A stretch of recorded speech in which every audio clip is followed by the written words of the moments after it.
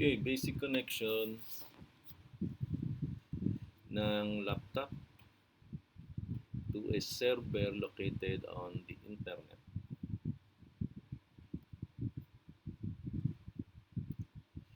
Okay, ito yung ating laptop. Then, ito yung server natin na nasa internet.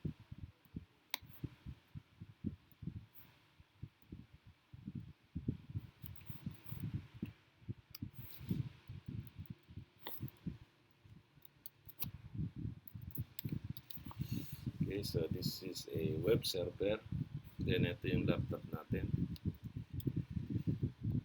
So, i-connect natin yung laptop dun sa web server na nasa internet. So, basic connection lang, gagamit lang tayo ng wireless router. Pero siyempre, marami pang router na involved dyan. Pero just to simplify, isang router lang, itong wireless router. Okay.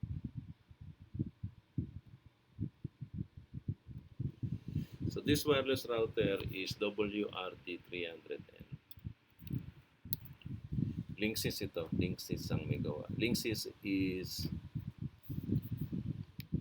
a sister company of Cisco. Cisco yung nag-invento ng router. So meron silang mas mababang version or mas murang version ng mga routers nila, yung Linksys. Okay, sulatan natin dito para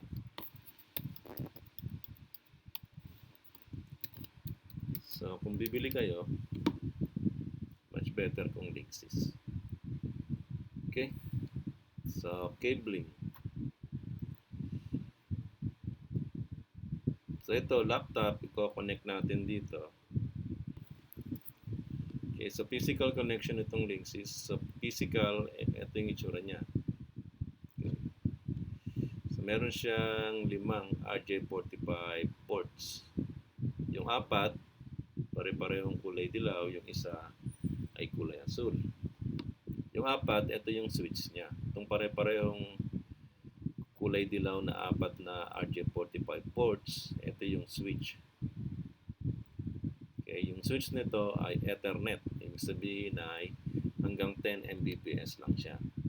Yung kulay asul na RJ45 port, ito yung connection niya sa internet. Okay. So, itong 4 na Ethernet ports, ito yung tinatawag na switch. Itong nag-iisang internet port, ito yung tinatawag na router.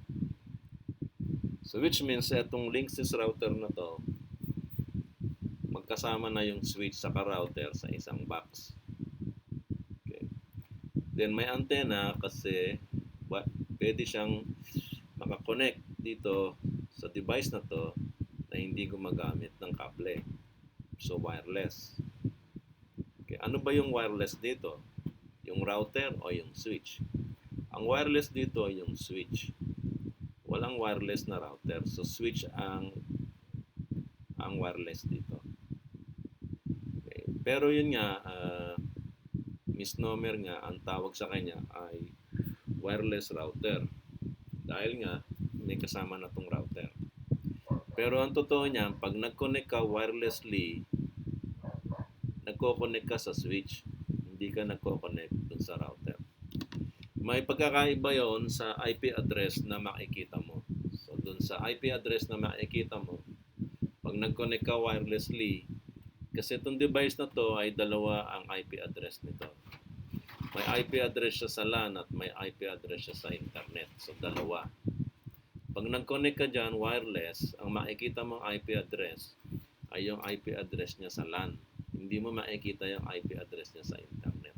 So, yun ang pagkakaiba nun. Kaya, kinaklarify ko na ang wireless connection sa switch, walang wireless connection sa router. Kaya lang, sa business side, ang tawag dito ay wireless router. Pero yun nga, mali nga yun. Walang wireless na router, wireless switch. Okay, so magbalik tayo. Ang connection ng LAN ay itong kulay pula. Kung may kulay dilaw, kung may kable, or wireless kung walang kable. Ang connection sa internet ay itong kulay asul. Okay, so yung kulay asul, yun ang router, yung kulay dilaw, yun ang switch. Kung sa ibang brand, iba yung kulay, ang magiging point of identification nyo ay yung label. So may naka-label dyan, LAN port, or Ethernet port, or switch port. Pag sa router naman, internet port 1 yung white area network. Okay, so yun ang mga makikita nyo yung nakalagay dyan pag router. Okay, so i-connect natin yung laptop dito sa switch. Then yung server na nasa internet, dito natin i-connect sa router.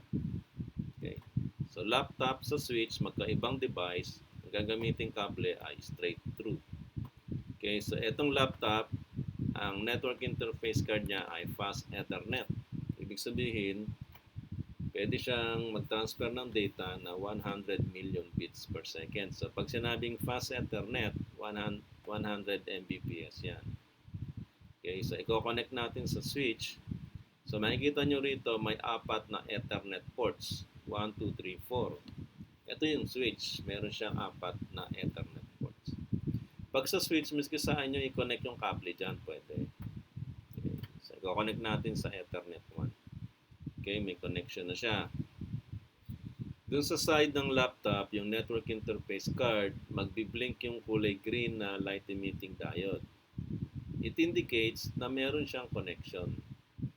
So, kapag naka-green yan, may connection yan. Doon naman sa side ng router, dun sa switch port niya, okay, may makikita kayong light emitting diode din yun. So, naka-orange naman siya ngayon. Pag orange kasi, nagpo-process pa yun. Ipuno-process niya itong network interface card ng laptop.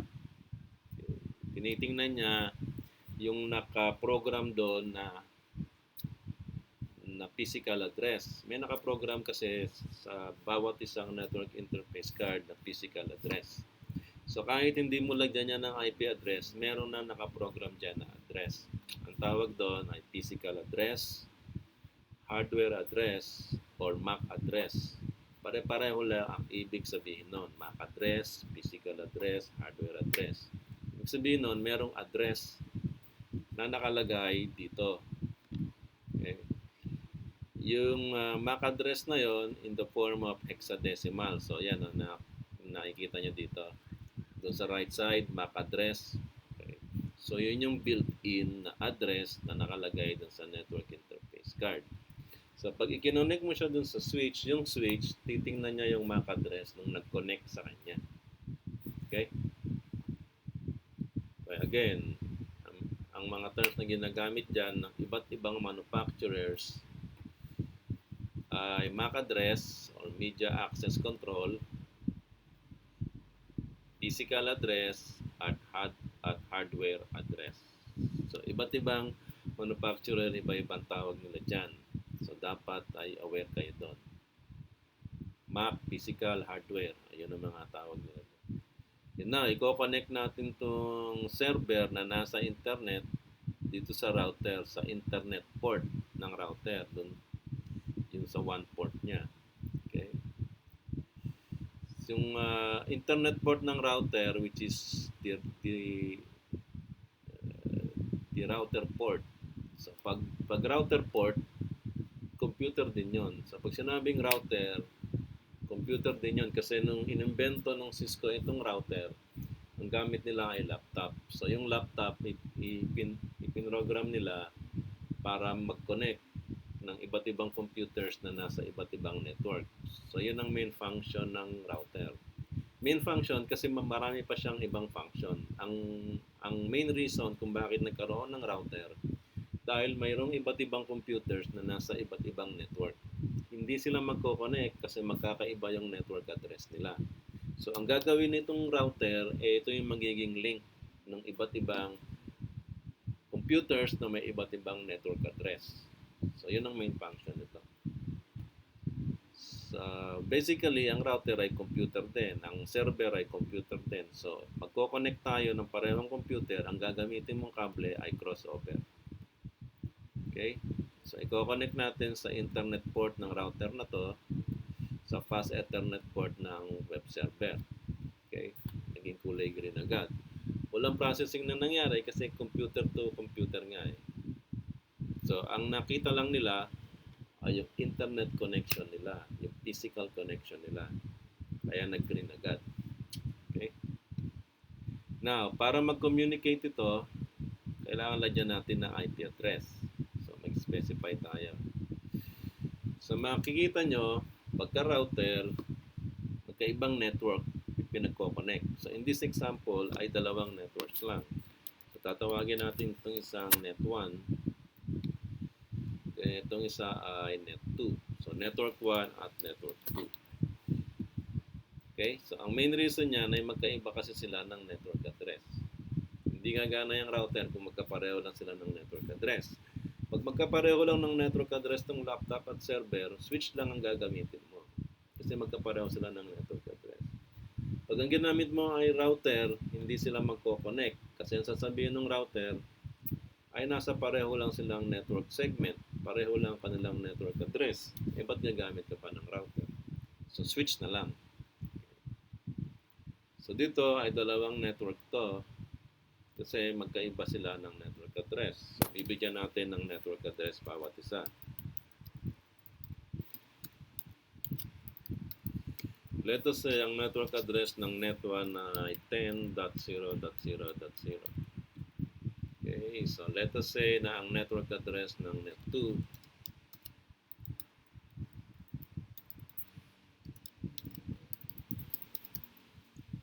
ay 172.172.0.0.0. So dapat dito pa lang sa network address ay ma-identify nyo na kung anong IP address class niya. So yun ang pinaka-basic, di ba? Sa IP addressing, sa network address pa lang, ma-identify mo na yung IP address class. Kasi pag na-identify mo na yon, ma-identify mo na yung ibibigay mong subnet mask. Pag na-identify mo na yon, ma-identify mo na yung broadcast address. Then sa pagitan ng network address at broadcast address, yun yung mga IP address na pwede mong gamitin. So yun ang reason doon, kaya dapat mong ma-identify yung mga bagay na yon. So ito, ang network address na to ay 10.0.0.0. This is a class A IP address. So ang subnet mask nito ay 255.0.0.0.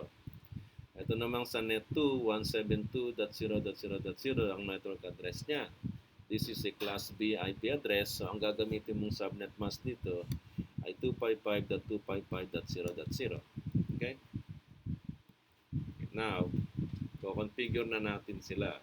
Laptop 1, itong laptop, ang ibibigay natin ay yung unang host address. Okay, sa IP configuration, static tayo. Sa network address ay 10.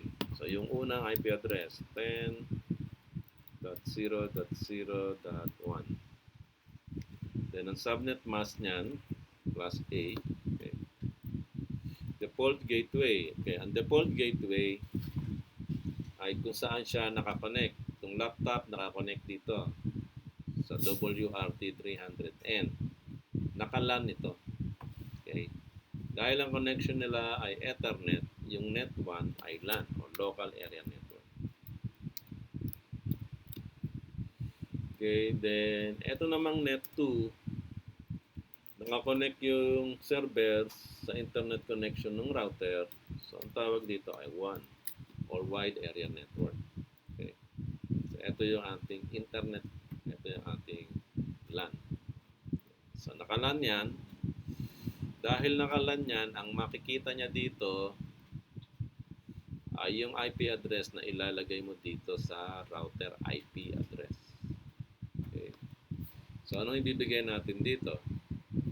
Pag mga router, usually ang binibigay niyan yung last host address. So, ano ba yung last host address ng 10.0.0.0? 10 So last host, last number ng octet, 255. 255. Then dun sa fourth octet, ilalagay mo ay 254. Kasi class C yan. So pag class C, class A pala. Kasi class A, yung IP address na yan. So ang babaguhin mo dyan ay yung fourth octet. Okay? Hindi mo babaguhin yung first octet. Kasi class A. Hindi mo gagalawin yung first octet. Okay? So dito ay class A. Okay, so ito ang limitation nitong linksys na to. Puro siya class C.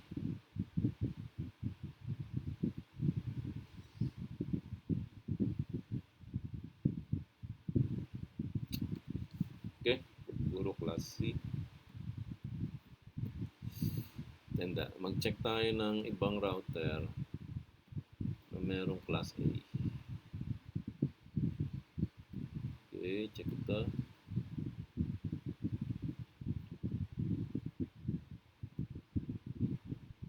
Puro class C rin. So yun ang ano nito.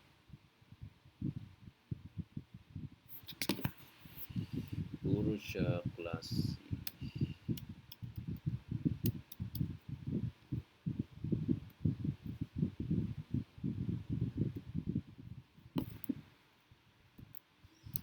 Okay, so kung puro siya class C, ang mangyayari dito ay ito class C na to, di ba? So kung puro siya class C, hindi magbabago yung first, second, and third. Ang magbabago lang ay yung fourth octet. So yan ang sa class C. Okay, so bakit ganon? Kasi etong router, puro class C lang ang pwede mong gamitin na subnet mask. Save settings. Okay, so ang ibinigay natin dito sa router IP address ay 10.0.0.254. So yun ang magiging gateway niya. 10.0.254 and class C. So pag class C ay 255.255. So remember, meron tayong quiz na ganito, di ba? Meron tayong quiz na ganito. It doesn't matter kung ano yung IP address class. Basta ang titingnan mo ay yung subnet mask. So kung yung IP address niya ay class A, pero ang subnet mask niya ay class C, ang susundin ay yung subnet mask.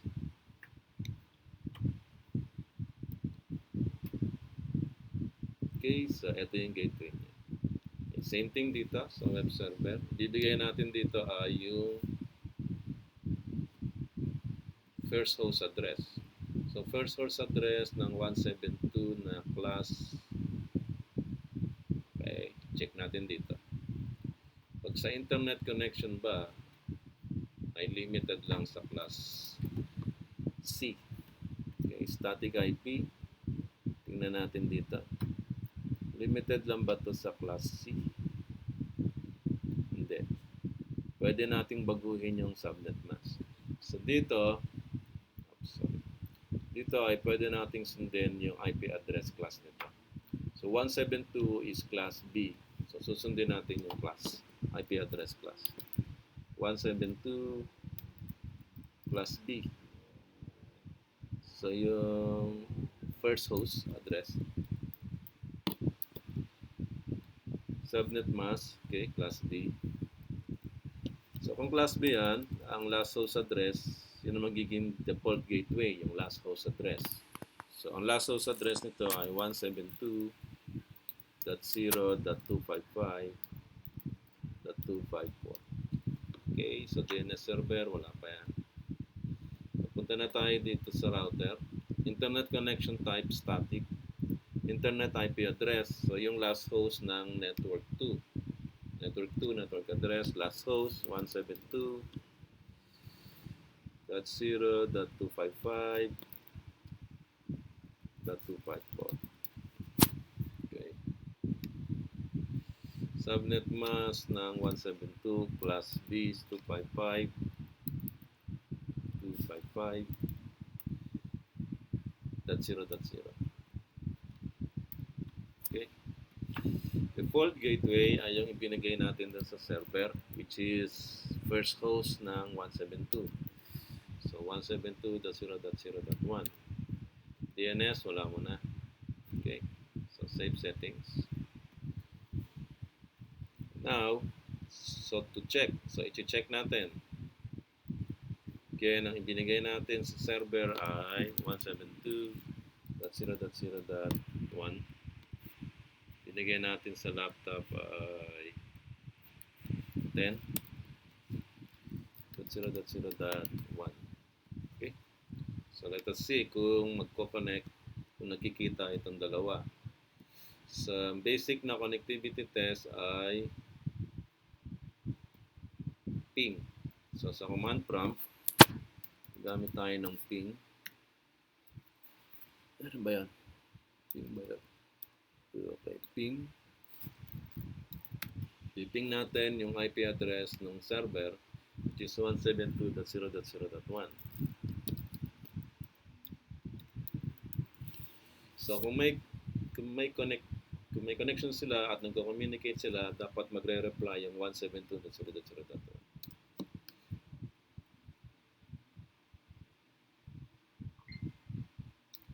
Request timeout. So yung first attempt niya, request timeout, nag-error.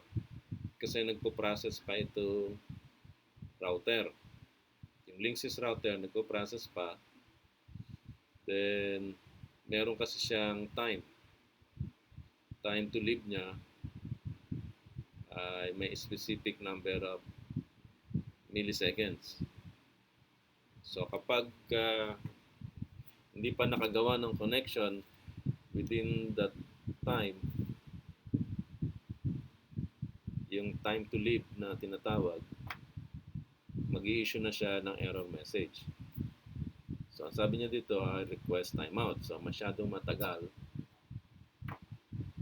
ang inintay niya para magkaroon ng connection. Pero ang ginagawa kasi nitong mga network card na to, hindi sila nag-i-stop mag-try magawa ng connection. Okay?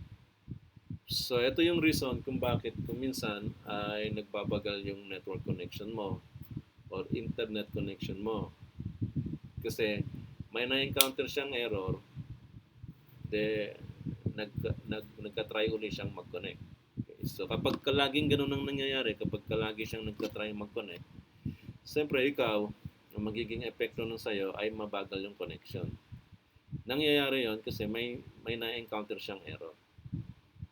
And yung mga network interface, hindi siya nag-i-stop mag-try mag-connect. So lagi siyang nagre-reconnect, lagi siyang nagre-retransmit. Okay, so kapag may error pa rin, ang makikita mo, ang ma-experience mo ay nagbabagal ng connection. Okay? So ito, nung second attempt niya, third and fourth attempt niya, ay nag-connect na sa server. So nagkaroon na ng reply yung server. Okay? Okay, so ayan ang basic na pagko-connect ng laptop na nasa local network, either nasa bahay, nasa opisina, nasa school. Then magko-connect ka sa isang server na nasa internet. Okay. So ganyan lang. Okay, halimbawa yung web server na to ay server ng ano ba yung usual na pinupuntahan? Facebook.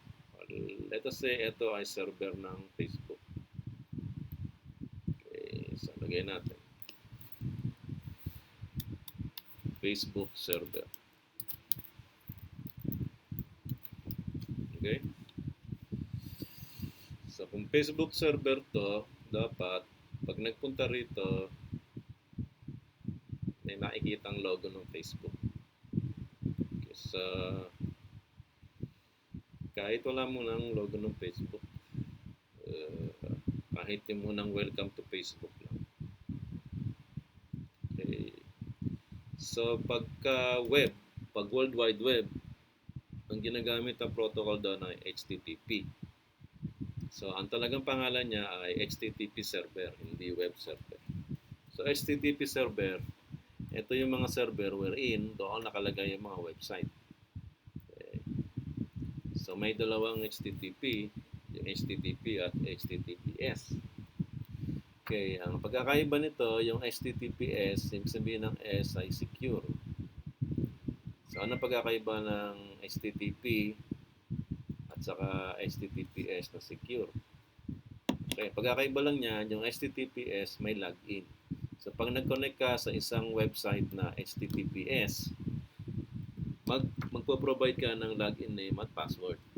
Pag yung website mo ay HTTP, wala nang username at password dyan. So yun ang pagkakaiba nila.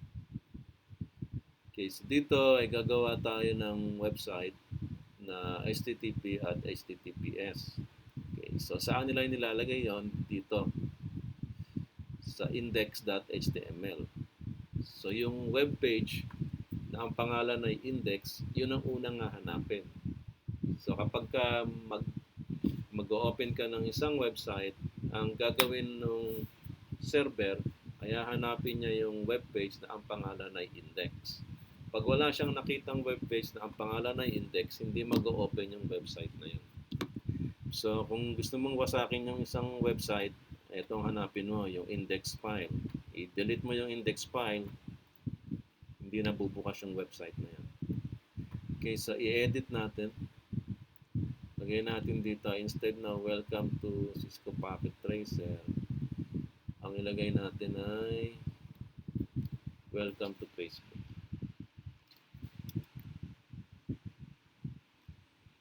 Okay. So HTML to. So kung meron na kayong background sa HTML, pwede nyo ma-try dito. Pero hindi lahat ng HTML tags ay gagana dito. I-try nyo na lang kung gagana siya rin. Okay, so save natin. Then, testingin. Testingin natin kung makikita natin yung pagbabago. Mag-open tayo ng web browser. Then, ipasok natin yung IP address nito. Yung IP address ng server na to ay 172.0.0.1. Ayan, Cisco Packet Tracer. Dito lumabas yung welcome to Facebook. So, dapat pala ang binago natin ay yung Cisco Packet Tracer. Okay, so open ulit tayo dito sa services. Ito dapat binago na. Okay, so dito natin ilagay yung welcome to Facebook.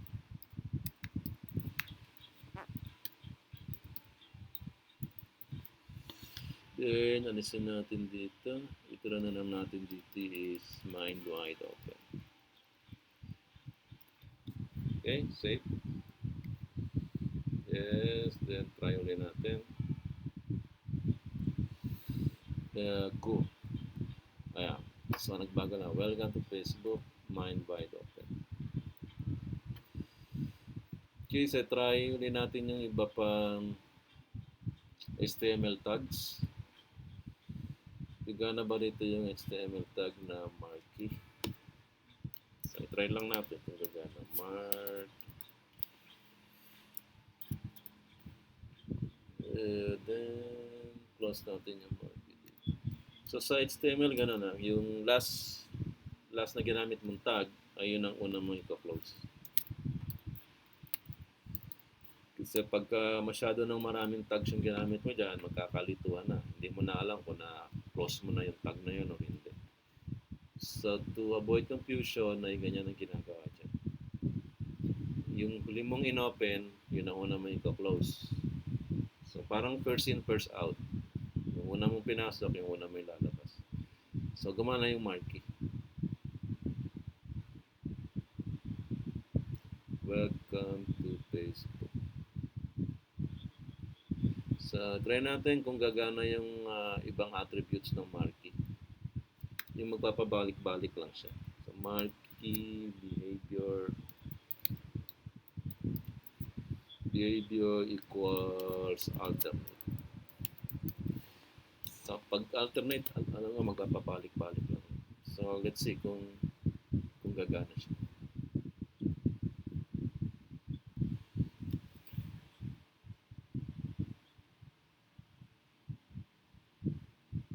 Yes, gumagana yung attribute niya na alternate.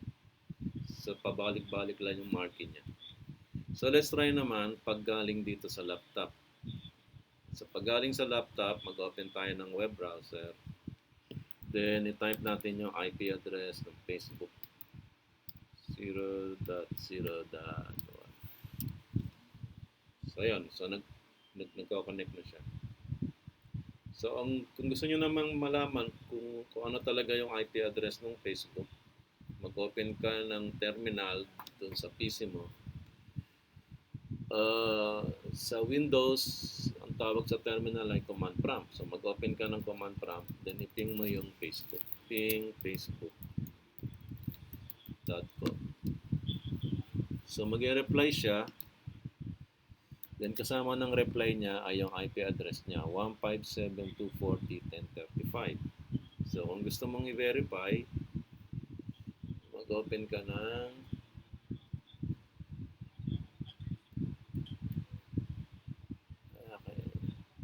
mag-open ka ng web browser, then i-type mo ay 157.240.1035. Okay, nasa na? 157.240.1035. Okay, so try natin kung magkoconnect siya sa Facebook. Okay, connect na siya. Ito. Okay, nag-connect na siya sa Facebook.